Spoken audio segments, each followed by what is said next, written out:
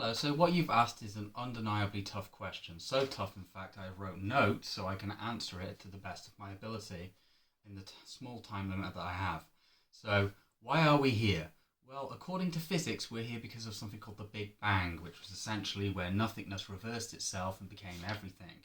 However, there has been a recent discovery in physics that says that the Big Bang was not the beginning, but merely the end of another universe and the beginning of a new one. Now, if we go on to the end of the universe, then we start to get into dark matter and dark energy, which then starts to poke holes in the paradigm of the Big Bang. And as Kuhn said, paradigms are held up until they're no longer useful, then they're dropped and a completely new one is picked up and held up again. So this may happen to the Big Bang. However, I'm not a physicist.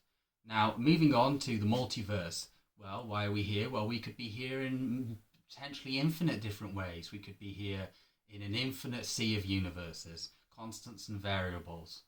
Um, there is a famous thought experiment by a man called Boltzmann, and he coined the phrase Boltzmann brain. It's something that my book Void Around Sunlight is actually about, and it's this hive mind. He says that it would be more parsimonious or more simple for a Boltzmann brain or a singular brain to have occurred rather than an entire universe full of nebulas, stars, billions of individual brains, and infinite spreading out into infinity. Now let's get on to philosophy, my favourite subject. Socrates called something called the allegory of the cave, and he essentially said that we are chained to a wall and there is a fire and we only can see the shadows cast onto the wall. And if we were only able to break from our chains, we could turn around and see reality itself. And this brings me on to interoception, which is now neuroscience. In interoception's view, we are basically a blind brain hallucinating its reality based on the external sensations that we're receiving.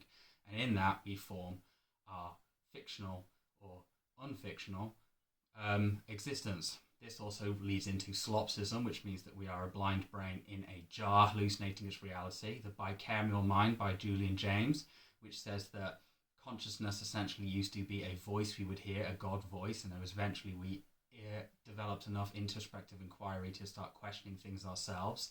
Epiphenomenalism, which is duality, which is that the brain is a radio and it picks up the frequency, and rather than consciousness arriving from the brain itself. Simulacrums, which is similar to the Matrix by Baudrillard.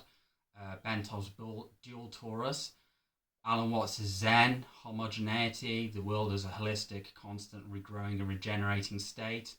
And maybe we're in a coma and it's time to wake up, or maybe religion's right and we were created by a creator, much like a watch is created by a watchmaker. It's up to you to decide. Hope this video was informative.